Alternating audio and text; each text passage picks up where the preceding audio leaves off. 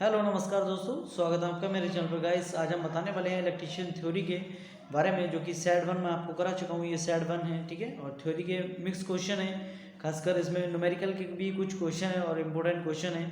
अगर आप किसी भी टेक्निकल एग्जाम की तैयारी कर रहे हैं तो आपके लिए अति महत्वपूर्ण प्रश्न है, चाहे यूपीपीसीएल टीजी2 हो या यूपी आरबीओनल टीजी2 हो या डीएमआरसी आईटीआई एलएमआरसी इसरो किसी भी के कैंडिडेट हैं तो आपके लिए अति महत्वपूर्ण प्रश्न है ये, ठीक है। आप देख सकते हैं और मैंने आपको बता दिया था कि ये सेट 5 तक आएगा, ये सेट सेकंड है। बाकी की आपको अगर चाहिए तो आप मेरा चैनल सब्सक्राइब कर सकते हैं और वीडियो अच्छी लगे तो वीडियो को लाइक कर सकते हैं। तो चलिए फिर शुरू करते हैं। तो गाइस आज हम कराने वाले हैं सेट 2, जिसमें कि आप देख सकते हैं क्वेश्चन है 30+ क्वेश्चन है, ठीक है। ये सेट 1 मैं आपको करा चुका हूँ। अगर आपने अभी तक नहीं देखा है तो आप सेट 1 देख लीजिएगा, प्लेलिस्ट में आपको मिल जाएगा, ठीक है। Mix question electrician. अब बात आती है कि सेट 2 की। आप देख सकते हैं सेट 2 में कुछ प्रश्न है, अच्छे प्रश्न है, ठीक है। और डीएमआरसी के प्रीवियस एग्जाम से लिए हुए क्वेश्चन है, ठीक है सारे। तो मैं आपको कराने जा रहा हूँ, आप देख लीजिएगा, ठीक है। तो देखिए पहला क्वेश्चन है, लिखा है एक आलू को कुछ दूरी पर 2 तारों में गोद दिया जाता है, तो उसमें जो बल्ब सीरीज में सप्लाई जाए तो उसके जो चारों ओर जो आलू का कलर है, मतलब रंग है, वो नहीं बदले तो किस प्रकार की सप्लाई होती है? वो गाइस एसी सप्लाई होती है। कौन सी होती है? वो एसी सप्लाई होती है। कौन सी होती है? एसी, ठीक है गाइस। अगर बात की जाए कि अगर आलू को डीसी में लगा दिया जाए तो उसका कलर थोड़ा हल्का हरा, ठीक है, थोड़ा हल्का हरा और बैगनी टाइप में हो जाता है, ठीक है गाइस। ये किसके कारण होता है? ये डीसी के कारण होता है, ठीक है। और जो दिखा है इसमें कि जो सीरीज में सप्लाई देने का किसी प्रकार का बदलाव नहीं होता है, ये एसी सप्लाई होती है, ठीक है गाइस। तो नेक्स्ट क्वेश्चन हम देख लेते हैं। नेक्स्ट क्वेश्चन आप देख सकते हैं, लिखा है कि टंगस्टन का जो फिलामेंट है उसका रेजिस्टेंस कैसा होता है। देखिए जो टंगस्टन का फिलामेंट है वो सप्लाई वोल्टेज के साथ बढ़ता है या सप्लाई वोल्टेज के साथ घटता है। लिखा है कोई प्रभाव नहीं होता है, सप्लाई वोल्टेज पर कोई प्रभाव नहीं होता है। देखिए टंगस्टन फिलामेंट है, उसका रेजिस्टेंस सप्लाई वोल्टेज के साथ बढ़ता है। किसके? सप्लाई वोल्टेज होता है उसके साथ में बढ़ता है, ठीक है गाइस। नेक्स्ट क्वेश्चन आप देख सकते हैं। देखिए नेक्स्ट क्वेश्चन है, लिखा है अगर कोई लोड स्विच है, देखिए और लिखा है उसमें जो स्पार्किंग पैदा होती है क्योंकि सर्किट में क्या होता है। देखिए आपके घर में अगर एसी है, ठीक है, एसी, या आपके घर में किसी हीटर लगा है या प्रेस लगी है, किसी प्रकार का कोई उपकरण है जो कि ज़्यादा लोड वाला हो, ठीक है गाइस, तो आप उसको जब ऑन करते हैं, ठीक है, स्विच को ऑन करते हैं या ऑफ करते हैं तो ठीक है गाइस, उसमें एक जो स्पार्किंग पैदा होती है स्विच में, ठीक है, तो वो क्या होती है? ये गाइस इंडक्टेंस होता है। क्या होता है? उसमें जो अधिक होता है वो अधिक इंडक्टेंस होता है, ठीक है गाइस।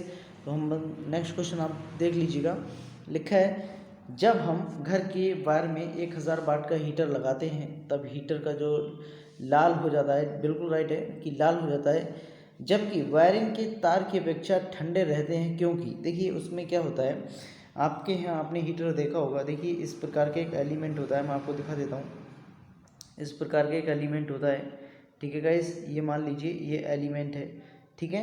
लेकिन उसमें क्या होता है, उसमें इस प्रकार से कुछ खांचे बने होते हैं, ठीक है गाइस, ऐसे करके कुछ खांचे खांचे बने होते हैं। मैं आपको दिखा देता हूँ, इस प्रकार से कुछ बना होता है, ठीक है गाइस, खांचे होते हैं। बात की जाए वो बनी किसकी होती है? वो चीनी मिट्टी की बनी होती है, ठीक है गाइस। अब बात आती है कि जो हीटर है, तो हीटर में जो उसका लाल हो जाना, उसका में क्या कारण होता है? देखिए उसमें जो कारण होता है, उसमें जो उसका जो रेजिस्टेंस है एलिमेंट का वो उसमें ज़्यादा होता है, इसलिए यह कारण होता है। क्या होता है? एलिमेंट में उसका जो रेजिस्टेंस है वो अधिक होता है। बट हमारे जो घर में वायरिंग होती है वो समांतर क्रम में होती है। किसमें? समांतर क्रम में होती है गाइस, ठीक है। तो इस वजह से उसमें इधर उधर वोल्टेज सारे, मतलब कोई पंखा या आप एलईडी बल्ब या किसी में ड्राइव हो जाती है, ठीक है गाइस, इधर उधर बढ़ जाती है। लेकिन क्या है, 1000 का एक हीटर है जो कि 1000 वाट का हीटर है, वो एक काफ़ी अच्छी इकट्ठी, मतलब जो करंट है वो लेता है, इस वजह से उसमें ये होता है, ठीक है गाइस। तो एक बार में जब आप देख सकते हैं, लिखा है कि उसमें ठंडे रहने का कारण क्या होता है, लिखा है वायरिंग में अपेक्षा एलिमेंट में अधिक रेजिस्टेंस होता है, ठीक है गाइस। तो नेक्स्ट क्वेश्चन आप देख सकते हैं, लिखा है, देखिए लिखा है कि जब हम घरों की वायरिंग में 1000 वाट हीटर का लगाते हैं तो उसमें प्रकाश कम हो जाता है। बिल्कुल हो जाता है गाइस। आपके घर में अगर आपने हीटर लगाया है, ठीक है गाइस, आपने अपने घर में हीटर लगाया और स्विच को जैसे ही ऑन किया तो एकदम जो लाइट्स है वो लो हो जाती है। क्यों हो जाती है?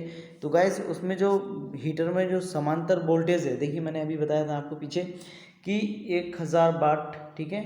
और अगर आपके घर में मान लीजिए 50 वाट का कोई पंखा है या 10 वाट के LED बल्ब हैं, तो आपकी जो करंट है वो इसमें डाइवर्ट हो जाती है। लेकिन ये 1000 वाट का डायरेक्ट एक जो कि एलिमेंट होता है हीटर में, उसमें जो प्रकाश लिखा है कि कम हो जाता है, इसी कारण कम हो जाता है। उसमें क्या होता है गाइस, उसमें जो लाइन में जो वोल्टेज होती है, जो वोल्टेज ड्रॉप होती है, तो जो लैंप और हीटर को कम वोल्टेज मिलती है, ठीक है।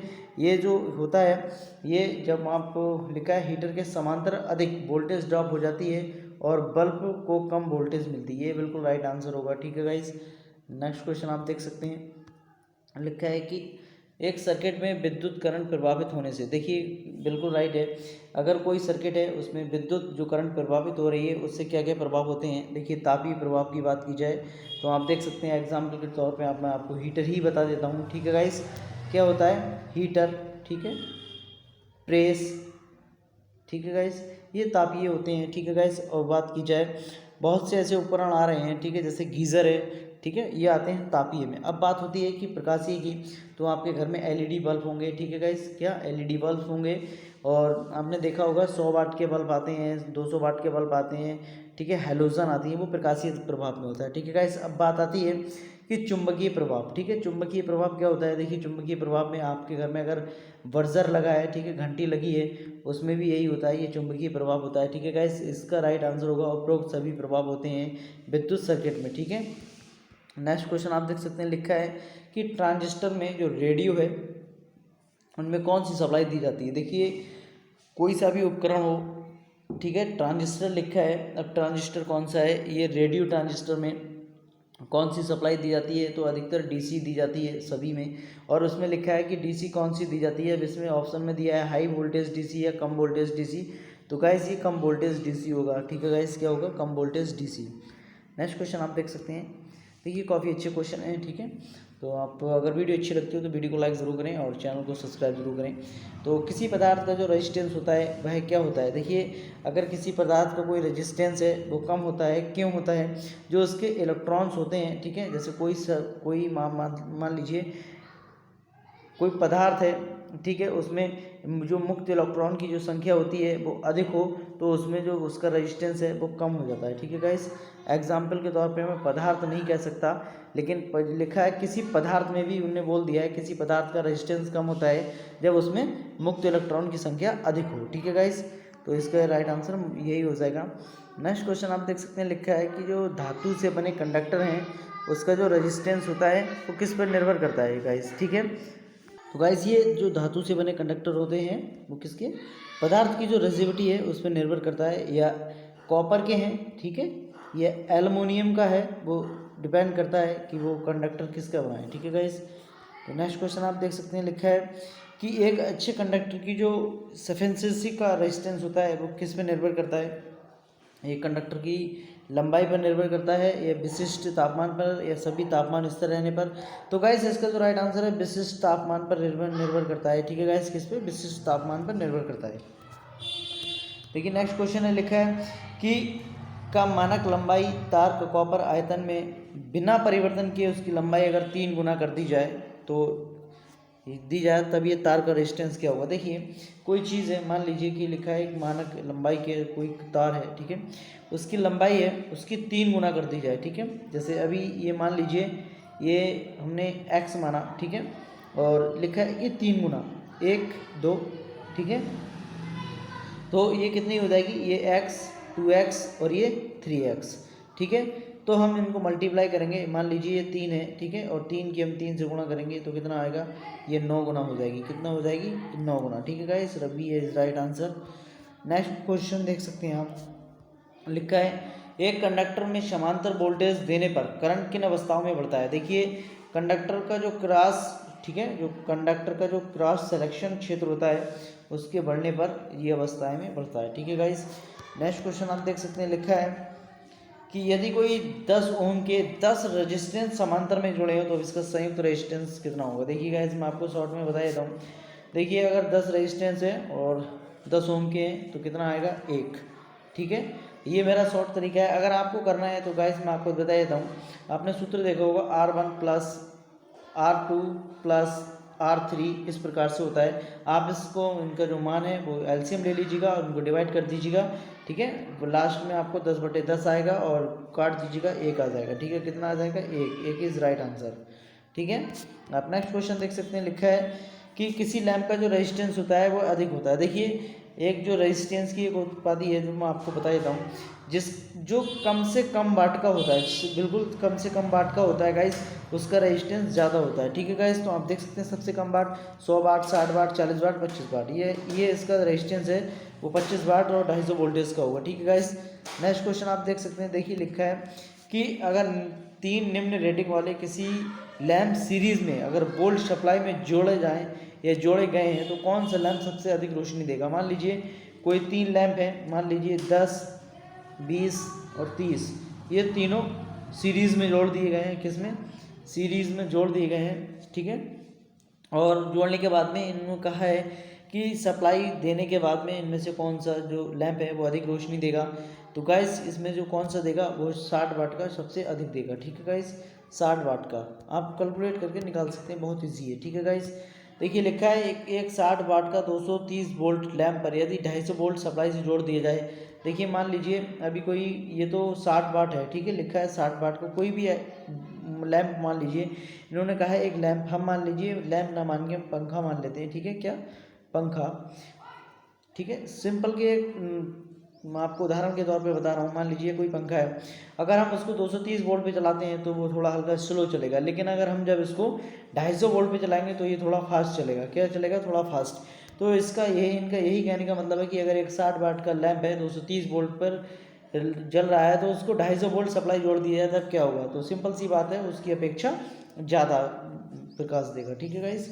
तो आप देख सकते हैं। नेक्स्ट क्वेश्चन लिखा है कि जब एक हीटर का तार जल जाता है, बिल्कुल राइट है, जब एक हीटर का तार जल जाता है तो जले भाग का हटाकर उसको दोबारा हीटर चालू करने के लिए हीटर की पावर क्या होती है। देखिए मान लीजिए अभी कोई ये वायर है, ठीक है, एक एग्जांपल के तौर पे आपको मैं दिखा देता हूँ। ये कोई वायर है, ठीक है गाइस, ये वायर है, ये मान लीजिए अभी इसका जो रेजिस्टेंस है वो 10 है, ठीक है। अब क्या होता है कि अगर ये एलिमेंट है, ठीक है गाइस, ये एलिमेंट यहाँ से ख़राब हो जाता है, इतना बेकार हो जाता है, गल जाता है, टूट जाता है, तो जो इसका रेजिस्टेंस है तो क्या होगा? बढ़ेगा, सिंपल सी बात है। इसका जो रेजिस्टेंस होता है वो यहाँ तक होगा। अब क्या होगा? ये रेजिस्टेंस पहले कितना था? 10, अब कितना हो जाएगा? ये 12। ये इसका बढ़ने का क्रम है आगे को, ठीक है।